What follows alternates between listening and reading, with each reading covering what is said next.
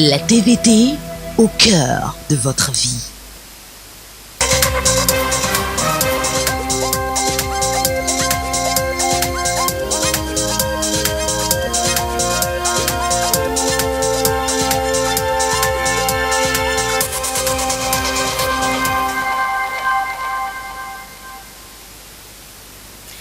Il est l'heure du journal sur la télévision togolaise. Madame, Monsieur, bonsoir et voici les titres de cette édition.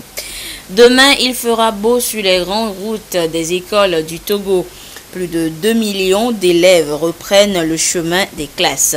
L'heure est au dernier réglage du côté des parents d'élèves et des enseignants. Bref, le secteur éducatif avec le ministre des enseignements primaires et secondaires qui appelle tous les acteurs à l'abnégation pour une année scolaire réussie. Et puis le 3e forum national de la femme togolaise a pris fin. Des centaines de délégués étaient cette semaine du côté de Kara pour définir des actions pour donner à la femme togolaise sa place dans le processus de développement du pays. Voilà pour les titres une fois encore. Bonsoir.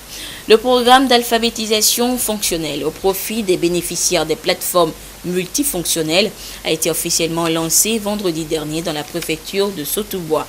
Ce programme permettra aux populations rurales et surtout aux femmes d'apprendre à lire, écrire et à faire des calculs pour mieux gérer ces plateformes. Les précisions avec Nathalie Paniguet.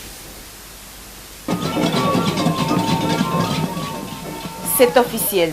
Le programme d'alphabétisation fonctionnelle est lancé dans la préfecture de Sotoubois au profit des bénéficiaires des plateformes multifonctionnelles, comme c'est le cas ici à Poundehe. Désormais, ces populations rurales, majoritairement des femmes, pourront apprendre à lire, à écrire et à faire des calculs afin de tirer profit des avantages liés à ces plateformes.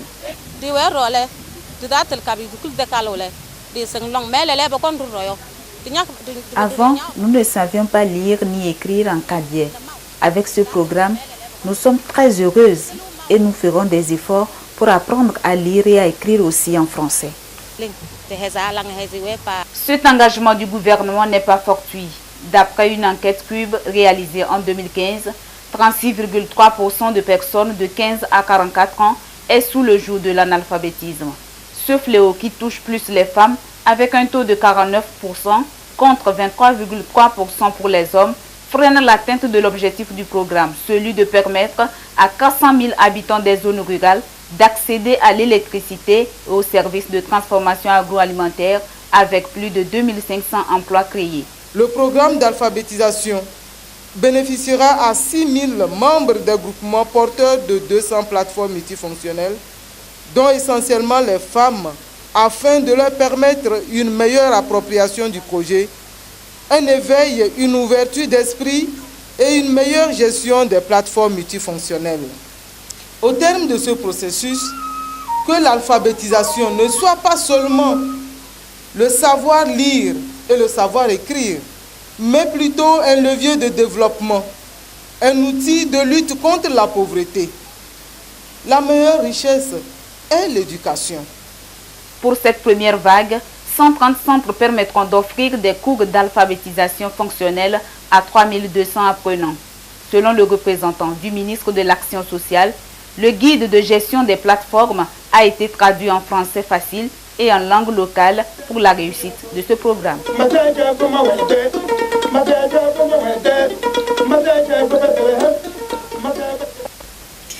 Et qui dit alphabétisation dit éducation scolaire. Et justement, demain, 2 octobre, les élèves du Togo reprendront le chemin des classes. Nous écouterons tout à l'heure le message du ministre en charge des enseignements primaires et secondaires à la veille de cette rentrée. Mais si presque tous les parents se sont apprêtés des semaines au préalable, les retardataires étaient ce dimanche encore dans les marchés pour de derniers achats de fournitures. Les préparatifs de la rentrée scolaire 2017-2018, c'est un dossier réalisé par Sam Degbe.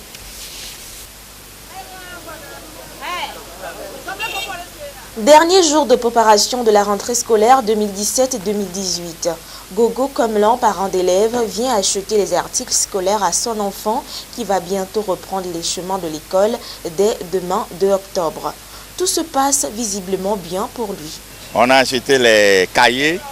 Je suis en train d'acheter les fournitures. Tout est préparé. Ça rentre demain.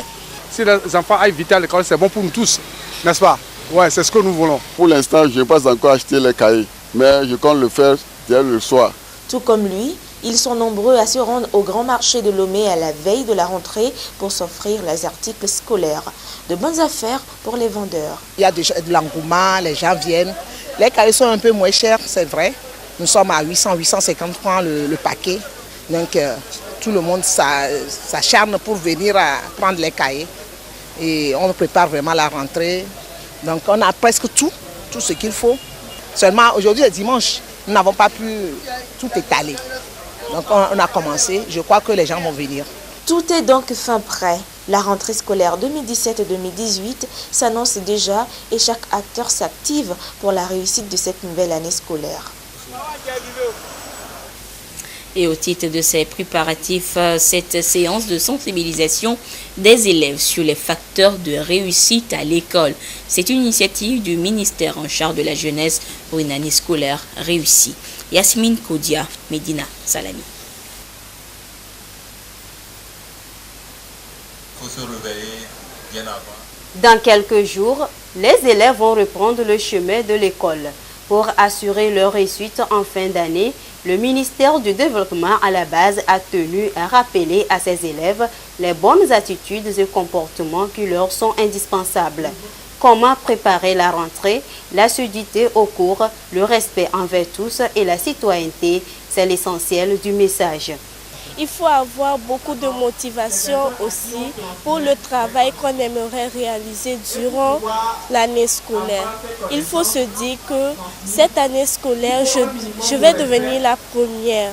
Là, quand on a la motivation, ça peut aller. Et à part ça, il faut s'exercer chaque jour. Et l'occasion est pour nous donc de leur dire que la réussite à la fin de l'année se prépare dès le premier jour de la rentrée. Et c'est pourquoi nous avons pensé qu'il était important de présenter une communication sur les facteurs qui permettent à l'élève de réussir facilement son année scolaire. Et nous avons aussi saisi cette occasion pour les sensibiliser sur le comportement que l'élève doit avoir au sein de son école, mais également dans sa société. Cette séance de sensibilisation met fin au programme Vacances utiles et citoyennes, dont l'objectif est de promouvoir la culture de l'excellence, l'intégration sociale et la citoyenneté des jeunes. Chaque année, le ministère chargé de la jeunesse organise des activités pour permettre aux élèves en vacances de passer des moments sains et d'apprendre des activités qui pourront, dans leur vie, leur servir d'activité génératrice de revenus. Chaque élève est reparti avec un kit scolaire, un don du ministère du Développement à la base pour lui assurer une bonne rentrée scolaire 2017-2018.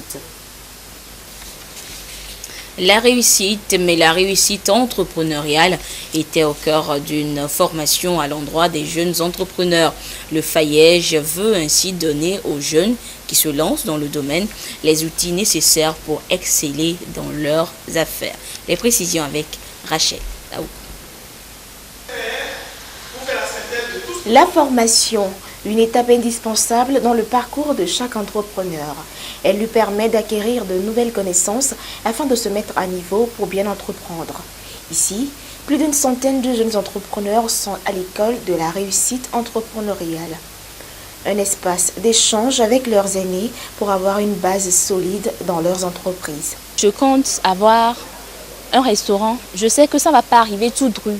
C'est en me formant petit à petit que ça va arriver et j'ai déjà élaboré mon projet. Donc j'attends juste demander un financement au niveau de FAIEJ pour pouvoir élaborer et puis me former davantage pour mettre au point mon entreprise. Et je suis dans le domaine de prestation de services, un agent coursier de paiement de factures.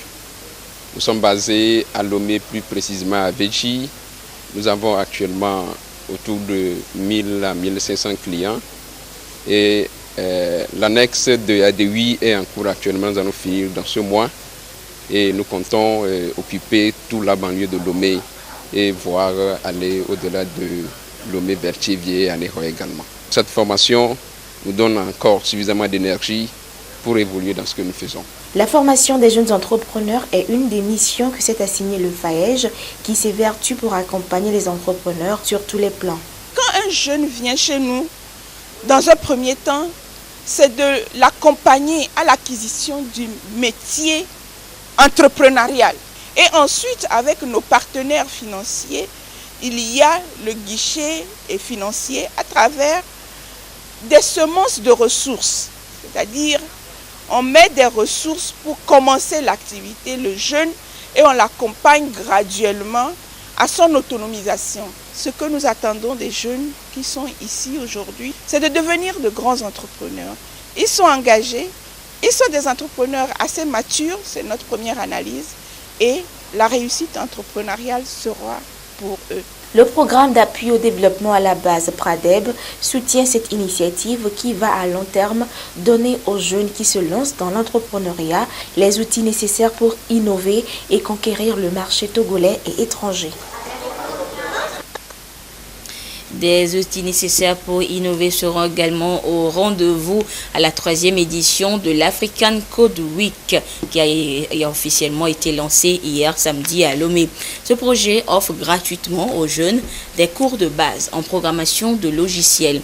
La semaine se déroulera donc du 18 au 25 octobre prochain et vise à faire connaître aux jeunes les bases de la programmation informatique afin de booster l'intégration numérique dans notre pays. Zabdiel Mignaki et Louis Cassi pour des précisions. Le numérique, l'un des leviers de la mondialisation et de l'essor de l'économie mondiale de nos jours. Mais il est souvent méconnu ou mal maîtrisé par les populations, surtout celles africaines. Ainsi, pour freiner la croissance de l'analphabétisme informatique, la société de technologie SAP, en partenariat avec l'UNESCO, a initié le projet Africa Code Week. Exécuté dans 35 pays, ce projet entend apporter aux enseignants des rudiments sur le logiciel ludique de programmation appelé Scratch. Cet événement, qui est à sa 3e édition au Togo, permettra à terme de former plus de 10 000 enfants sur l'ensemble du territoire. Aujourd'hui, nous sommes à l'étape de la formation des formateurs, destinés aux enseignants et aux bénévoles qui sont formés et iront à leur tour former les enfants, les élèves, les jeunes de leur école, de leur communauté, de leur famille. La programmation, c'est l'utilisation en fait des techniques en vue d'atteindre un objectif et de résoudre un problème. C'est donc l'utilisation notamment du logiciel Scratch, qui est un logiciel particulièrement adapté à l'apprentissage des bases de la programmation informatique par l'ensemble des jeunes.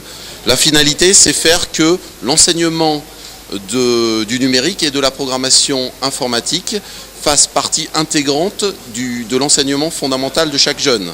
À l'issue de cette formation des formateurs, les moniteurs seront en mesure de transmettre aux enfants les connaissances élémentaires sur le numérique à la semaine du Africa Code Week qui se tiendra du 18 au 25 octobre prochain. Porté au Togo par la fondation Life Builders et NTIC Zereka Media, ce projet permettra également de dispenser des cours de programmation pendant toute l'année scolaire aux élèves. Hors du Togo, c'est la colère et l'incompréhension du côté du Tchad depuis la décision du président américain cette semaine. Le décret de Donald Trump sur l'immigration met le Tchad sur la liste des pays dont les ressortissants sont interdits d'entrer aux États-Unis pour cause de terrorisme. Une absurdité pour les Tchadiens et pour les pays du G5 Sahel quand on sait que le Tchad joue un rôle déterminant dans la lutte contre le fléau. Décryptage ce soir avec Augustin Kossi.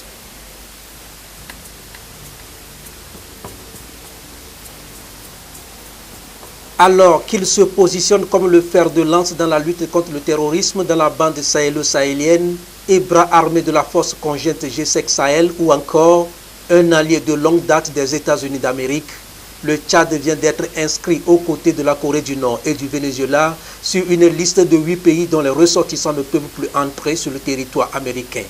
Ces 3 pays ont été ajoutés à la liste selon Washington pour des manquements à la sécurité des voyageurs et un manque de coopération avec lui. Cette nouvelle version du décret migratoire de Donald Trump entrera en fonction à compter du 18 octobre prochain. Pour de nombreux responsables de l'administration américaine, en incluant des pays non musulmans, Trump met fin aux critiques qui l'accusaient d'avoir mis en place un décret sur les bases religieuses ou de race. Pour les responsables du G5 Sahel, cette imposition de l'interdiction de voyage à la République du Tchad aux États-Unis est injuste eu égard au rôle important qu'il joue dans la lutte contre le terrorisme dans le bassin du lac Tchad, au nord du Mali et au Sahel. Le Mali, le Burkina Faso, le Niger et la Mauritanie exhortent tout simplement les États-Unis à retirer le Tchad de cette liste en mettant en garde contre les conséquences d'une telle décision sur l'implication tchadienne dans les efforts de pacification de la région. L'armée tchadienne est considérée comme un rempart contre l'expansion des mouvements armés du Sahel. Elle a joué un rôle primordial pour contenir les islamistes de Boko Haram lorsque ces derniers ont tenté de se répandre au-delà du nord-est du Nigeria. Les soldats tchadiens sont encore déployés en première ligne face aux djihadistes dans le nord du Mali. En février dernier, le Tchad a accueilli des manœuvres américaines de formation des forces spéciales dans le cadre d'une stratégie plus large de développement des forces régionales comme celle du G5. L'armement du Tchad constitue-t-il une menace potentielle aux États-Unis? Pourquoi avoir un partenaire si important et stratégique et vouloir s'en débarrasser? Trump attend-il de voir des résultats concrets au sein du G5 Sahel avant de considérer le Tchad comme un pays fréquentable? La force conjointe G5 Sahel peine déjà à convaincre les grandes puissances. Elle est confrontée au scepticisme et intérêts régionaux contradictoires. Sur les 423 millions d'euros nécessaires à cette brigade de 5000 hommes, un quart a été versé. Or, elle doit être opérationnelle d'ici fin octobre, selon le calendrier établi. Voilà, la France se heurte sur ce dossier au refus du Conseil de sécurité en premier lieu, les États-Unis et la Grande-Bretagne. L'Algérie et le Maroc aussi ne voient pas cette initiative de très bon œil. Alors que, sans l'appui franc de ces deux acteurs de la région, la lutte contre les trafics et les djihadistes sera vouée à l'échec. Peu confiant dans la viabilité d'un financement par une conférence de donateurs prévue très prochainement par les grandes puissances, les pays du G5 Sahel voudraient bénéficier d'au moins une partie du milliard de dollars annuels attribués à la MINUSMA. Faut-il donc substituer la force G5 à la MINUSMA ou bien réorienter une partie des fonds ou encore faire de la force G5 Sahel une brigade intégrée de la MINUSMA? En tout cas, les pays du G5 Sahel doivent encore beaucoup espérer de l'appui de la France qui prend la tête du Conseil de sécurité de l'ONU en octobre prochain et qui déjà avait fait initialement une telle proposition, finalement bloquée par Washington et Londres. Retour en page nationale avec ce qui fera demain l'actualité. Demain 2 octobre, c'est la rentrée scolaire au Togo. Environ 2,5 millions d'élèves reprendront donc le chemin de l'école après plus de 2 mois de vacances bien méritées. Et le ministre des enseignements primaires, secondaires et de l'alphabétisation s'adresse ce soir dans un message au monde éducatif dans son ensemble. Le professeur Tchakpele fait le bilan des progrès enregistrés dans le secteur, relève les manquements et annonce les nouvelles mesures prises par le gouvernement pour assurer une bonne rentrée académique 2017-2018. Un extrait de ce message dans un commentaire de Arnaud Kili. Des centaines de milliers d'élèves reprennent le chemin de l'école ce lundi 2 octobre 2017. Dans son adresse au monde éducatif, le ministre des enseignements primaires, secondaires et de l'alphabétisation a d'abord témoigné sa gratitude à tous les acteurs du système éducatif et les partenaires pour les efforts consentis pour assurer une année scolaire réussie. Chers parents, chers collègues enseignantes et enseignants, chers élèves, avec vous, et en votre nom, je voudrais tout d'abord, et une fois de plus, m'acquitter d'un agréable devoir et renouveler toute ma gratitude, ainsi que la reconnaissance de toute la communauté éducative de tout entière au chef de l'État, son Excellence Fort Esozibna Nyazingbe, qui continue de placer le secteur de l'éducation au cœur des priorités de son programme de développement. La grande famille éducative togolaise lui est particulièrement reconnaissante pour son engagement sans cesse renouvelé et implication constante dans l'aboutissement heureux de l'année scolaire 2016-2017, notamment par l'attention remarquée qu'il a bien voulu accorder aux sollicitations de la communauté éducative, celle des enseignants en particulier.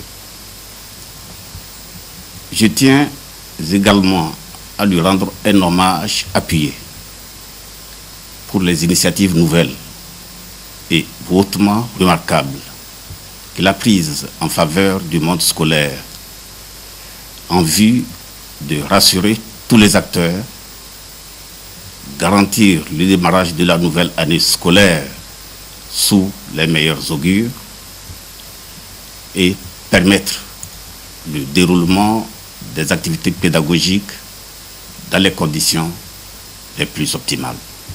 Des indicateurs de scolarisation des élèves, la qualité de l'éducation sont en constante amélioration, ce qui a permis d'avoir des résultats satisfaisants aux différents examens de l'année 2016-2017. Pour maintenir le cap, le gouvernement poursuit l'amélioration des conditions d'accueil et le renforcement de l'offre éducative.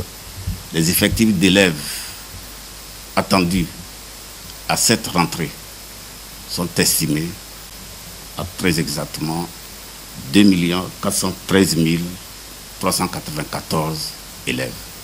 Qu'en sera-t-il des conditions d'accueil et de l'offre éducative au cours de l'année scolaire qui s'amorce? La mise à disposition d'infrastructures d'accueil et d'enseignants qualifiés pour un enseignement efficace préoccupe au plus haut point le gouvernement. D'importantes mesures ont été prises pour améliorer les conditions d'accueil et d'apprentissage des élèves.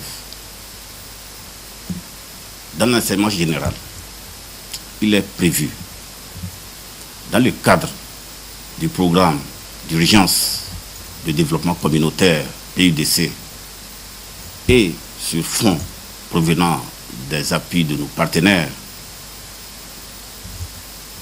la construction de 579 salles de classe équipées pour le compte du primaire,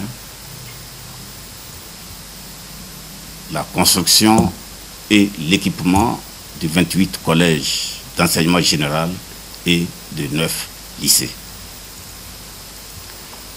D'ores et déjà, 1495 instituteurs stagiaires de la promotion 2016 des ENI sont déployés sur le terrain dans les 6 régions éducatives.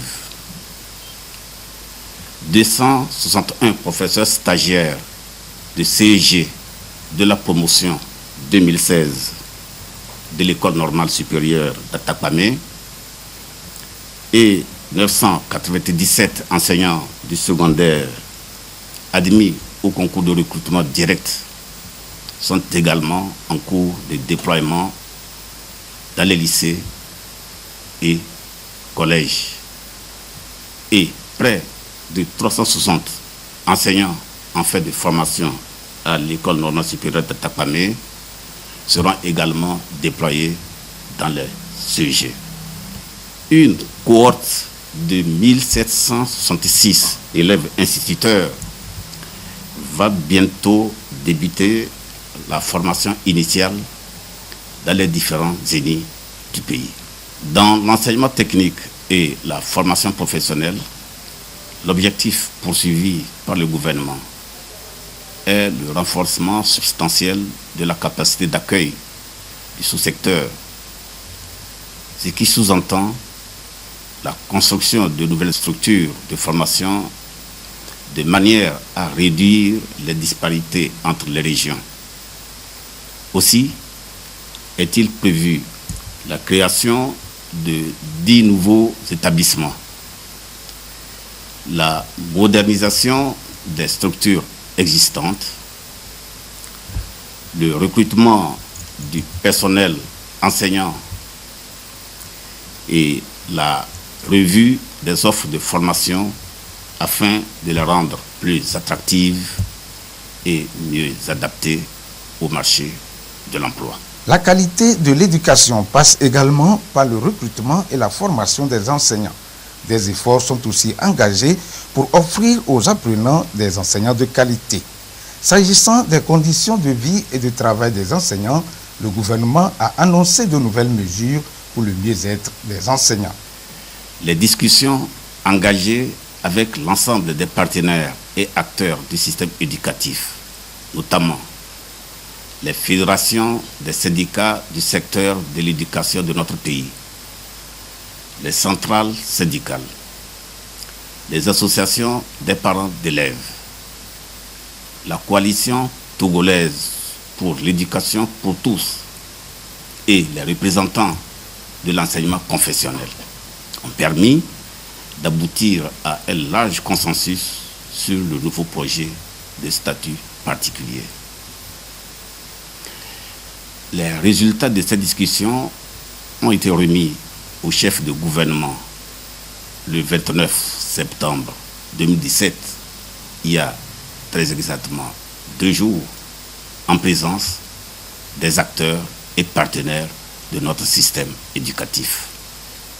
Par les innovations inédites qu'il consacre, notamment en ce qui concerne la professionnalisation du métier d'enseignant et les perspectives d'évolution de carrière, ce statut constitue un document d'avant-garde qui fait du Togo un pays véritablement pionnier dans notre sous-région, car il prend en compte les recommandations issues de la dernière réunion annuelle et du 10e forum de l'équipe spéciale internationale de l'UNESCO sur les enseignants, organisé à Lomé du 18 au 21 septembre 2017 et centré précisément sur la professionnalisation de la fonction enseignante.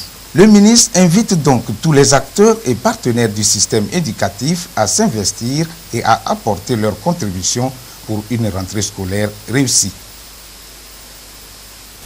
Et vous suivrez l'intégralité du message de veille de rentrée du ministre Palamoué Tchakpele à la fin de cette édition. Autre actualité, Justice Makers est un programme suisse qui a pour objectif la défense et la protection des droits humains à travers le monde. Élargi aux pays d'Afrique francophone, le projet consiste à sélectionner les meilleurs projets de défense des droits de l'homme. Et parmi les 5 projets sélectionnés en Afrique figure celui de Justice pour tous, de la juriste togolaise Thérèse Donou. Et le projet a été présenté aux professionnels de justice hier samedi à Lomé. Le compte rendu avec Augustin Kossi.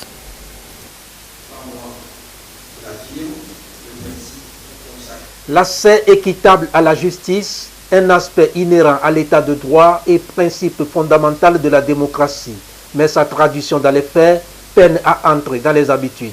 Le projet Justice pour tous est une démarche de Thérèse Donou, lauréate de Justice Makers 2017, pour renforcer l'arsenal de défense des droits humains et de promotion des droits des couches vulnérables. Justice Makers est une compétition internationale qui est ouverte aux avocats et aux associations de défense des droits de l'homme. Donc, au cours de la compétition, il était question de défendre un projet original qui n'avait jamais retenu l'attention du public. Donc c'est au cours de cette compétition que j'ai eu à défendre le projet que j'ai dénommé Justice pour tous et qui a trait à la protection des droits des minorités défavorisées. L'initiative que nous avons prise, c'est d'abord d'apprendre à tout un chacun en quoi consiste son droit et de les amener à identifier les différents abus dont ils peuvent être victimes et qu'ils ignorent généralement. La réalisation du projet s'effectuera en 2 phases. La sensibilisation, la mise en place des cellules d'écoute et assistance. Ici, Professionnels de justice et associations de défense des droits de l'homme s'approprient le projet et planchent sur la thématique l'égalité et la non-discrimination dans l'accès à la justice. Beaucoup de personnes ont peur, à cause du regard des autres, d'aller vers un juge. Il y a d'autres cas vraiment habituels, quotidiens, et nous nous étonnons que ce genre de cas existe encore. Quand par exemple un homme décède, sa famille paternelle se lève pour s'accaparer de ses biens alors qu'il a une femme et des enfants. Parce qu'on considère que dans notre coutume, la femme n'hérite pas, alors que nous avons une loi qui est supérieure à la coutume, qui dit que l'homme et la femme sont égaux devant la loi. Nous, notre premier but est de sensibiliser les personnes afin qu'elles comprennent que ces principes-là, qui affirment que nous sommes tous égaux devant la loi, que nous avons tous droit d'aller en justice, sont des principes qui nous protègent tous. Le projet Justice pour tous va être exécuté sur une période de 4 mois dans toutes les régions du pays. Je vous annonçais également en titre la fin des travaux du 3e Forum national de la femme togolaise. Environ 800 délégués se sont retrouvés du côté de Kara afin de définir les actions à mener pour donner à la femme sa pleine place dans le processus de développement du pays. Il s'est agi précisément de réfléchir sur les défis et opportunités par rapport à l'autonomisation de la femme dans un monde de travail en pleine évolution. Les précisions avec la correspondance sur place de Nestor. Institutionnalisé par décret présidentiel le 18 novembre 2011, le Forum national de la femme togolaise a écrit une nouvelle page dans ses annales.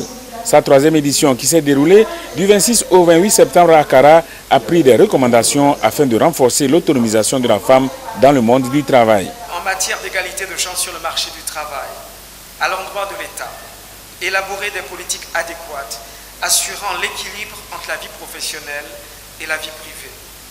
Élaborer les politiques d'emploi sensibles au genre. Prendre des mesures pour que les questions de l'emploi de la femme soient prises en compte dans les discussions du dialogue social. À l'endroit des ONG, conseiller et sensibiliser les travailleurs sur les problèmes de harcèlement, de discrimination ou de violence. Sensibiliser les employeurs sur la question de l'égalité des chances sur le marché du travail. En matière d'entrepreneuriat, à l'endroit de l'État, prendre des mesures en faveur des femmes agricultrices pour renforcer leur capacité à l'utilisation des technologies existantes. Rendre disponibles les ressources à long terme pour le financement de la production et de la transformation. Mettre en place un mécanisme de renforcement des compétences féminines existants dans le secteur portuaire, maritime, de l'économie verte.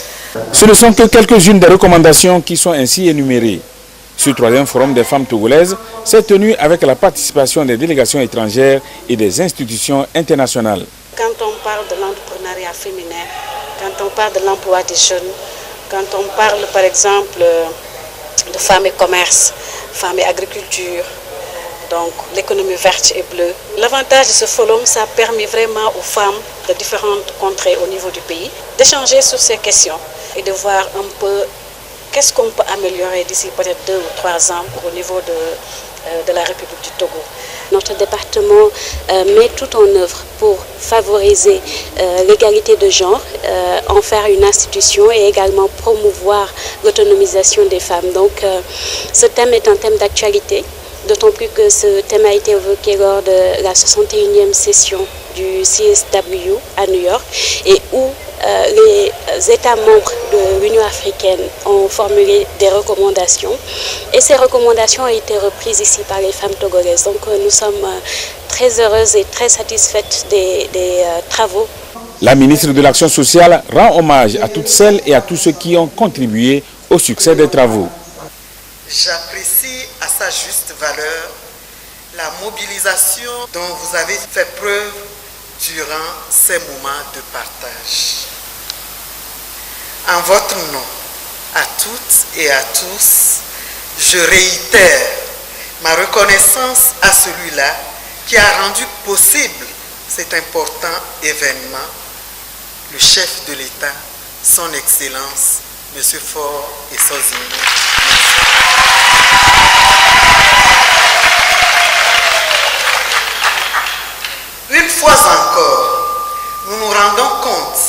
que la noble initiative prise par le chef de l'État d'institutionnaliser le Forum national de la femme togolaise témoigne de sa volonté de créer les conditions favorables à l'épanouissement de la femme togolaise sur tous les plans, en la mettant au centre des réflexions et des initiatives visant non seulement son propre devenir, mais également le développement du pays dans son ensemble. Par rapport à la crise que traverse le pays, le forum interpelle la classe politique togolaise. Profondément préoccupés par cette situation sociopolitique, nous, femmes qui portons et donnons la vie, dénonçons toute forme de violence, d'où qu'elle vienne. Condamnons les dérives qui mettent à mal la paix et la cohésion sociale. Refusons systématiquement que la vie de nos enfants soit sacrifiée pour des raisons politiques. Exhortons tous les acteurs politiques à privilégier la voie d'un dialogue franc et constructif, à rechercher le consensus dans l'intérêt de la nation. Les participants au Forum national de la femme togolaise invitent également la société civile à jouer pleinement son rôle de sentinelle pour le renforcement des capacités des populations en général et des jeunes en particulier à la culture démocratique. Les acteurs urbains du monde entier sont appelés à plus de responsabilités pour le futur des villes. Une alerte lancée face aux problèmes de logement auxquels les établissements urbains sont confrontés aujourd'hui. Il s'agit là d'œuvrer pour un accès de tous à un logement décent. Et c'est d'ailleurs l'objectif de la journée de l'urbanisme qui sera célébrée demain 2 octobre. Et à la veille de cette journée, le ministre en charge du secteur annonce les nouveaux projets d'urbanisation au Togo. C'est dans un message résumé pour nous ce soir par Komu Poyode. La question du droit au logement au centre des préoccupations au Togo et dans le monde. La journée de l'habitat qui sera célébrée le 2 octobre prochain reste un canal pour exprimer ce souci majeur. On appelle à tous les acteurs de l'urbain pour plus de responsabilité dans le futur des villes. Il s'agit donc d'œuvrer pour un accès de tous à un logement décent. Politique de logement, habitation abordable retenue cette année est donc révélateur. Au Togo, les responsables soulignent les efforts consentis à disposer d'un lieu. Les responsables des quelques soucis techniques, nous reviendrons tout à l'heure sur le message du ministre de l'Urbanisme à la veille donc de la journée de l'urbanisme demain 2 octobre. Les responsables des structures à la base du parti Union pour la République à Dankpen étaient face aux députés et cadres du parti de la préfecture. Ils ont échangé sur la situation sociopolitique que traverse le Togo depuis quelques jours. Les précisions avec Nestor. Bonjour. Au cœur de cette rencontre entre les députés, les cadres et les responsables à la base du parti Union pour la République, dans la préfecture de Dankpen, se trouve la situation sociopolitique née des manifestations de l'opposition concernant les réformes institutionnelles et constitutionnelles. Il a été rappelé aux militants à la base le vote de l'Assemblée nationale relatif à ces réformes et les conséquences de cet acte. Nous avons dit à la base que le gouvernement a fait sa part en proposant des projets de loi à l'Assemblée dans le sens des réformes. Nous avons évoqué les implications, c'est-à-dire que n'ayant pas eu les 4/5 nécessaires à l'Assemblée nationale pour adopter définitivement les réformes, la limitation du mandat présidentiel et celui des députés, des sénateurs puis des maires, et nous avons eu 2/3, ce qui implique que nous allons droit au référendum. Alors nous avons expliqué cela à la base, qu'est-ce que c'est que le référendum. Et nous avons surtout rappelé à la base que rien ne vaut la cohésion nationale, que rien ne vaut la paix et qu'il était essentiel que chacun joue sa partition pour que notre pays continue ce processus de démocratisation de notre pays dans la paix, la concorde et le dialogue. Les militants rencontrés se sentent bien édifiés. Ils nous ont dit que les réformes que l'opposition a réclamées, le gouvernement a accepté toutes ces réformes. Mais on ne comprend pas pourquoi maintenant l'opposition demande purement et simplement le départ du chef de l'État. Le président Faure a été élu en 2015. Nous demandons à l'opposition togolaise d'être plus responsable et d'être une opposition constructive et non une opposition destructive. Ils nous ont dit que le Togo, on veut la paix. Le président Faure veut que la paix. Il faut que la paix règne chez nous ici à Dankpé. Autre information portée à la connaissance d'un militant, le congrès du parti. Ce congrès se tiendra à Tchévier du 28 au 29 octobre prochain. Il va permettre de donner un nouveau souffle au parti pour mieux affronter les échéances à venir, ont souligné les orateurs. À retenir également ce grand meeting de sensibilisation du parti Unir ce dimanche du côté de Hao. Cadres du parti, partisans et sympathisants se sont retrouvés autour du Premier ministre Komi Selom Klassou. Sujet d'information, les réformes politiques, institutionnelles et constitutionnelles. Les militants ont été éclairés par le chef du gouvernement du contenu des dispositions des articles 59, 60 et autres de la Constitution togolaise. Le Premier ministre Komi Selom Klassou a appelé la population à la vigilance et surtout à rester soudée derrière le président de la République, Faure Essozimna Gnazingbe, président du parti Union pour la République. Message auquel la population a adhéré et elle a bien exprimé à travers plusieurs déclarations. Nous reviendrons plus en détail sur ce meeting de sensibilisation dans nos prochaines éditions. Et voilà, ainsi se referme cette édition, quelque peu longue, actualité oblige. Merci de votre fidélité à la télévision togolaise. Je vous rappelle que demain, 2 octobre, la rentrée scolaire sur toute l'étendue du territoire national.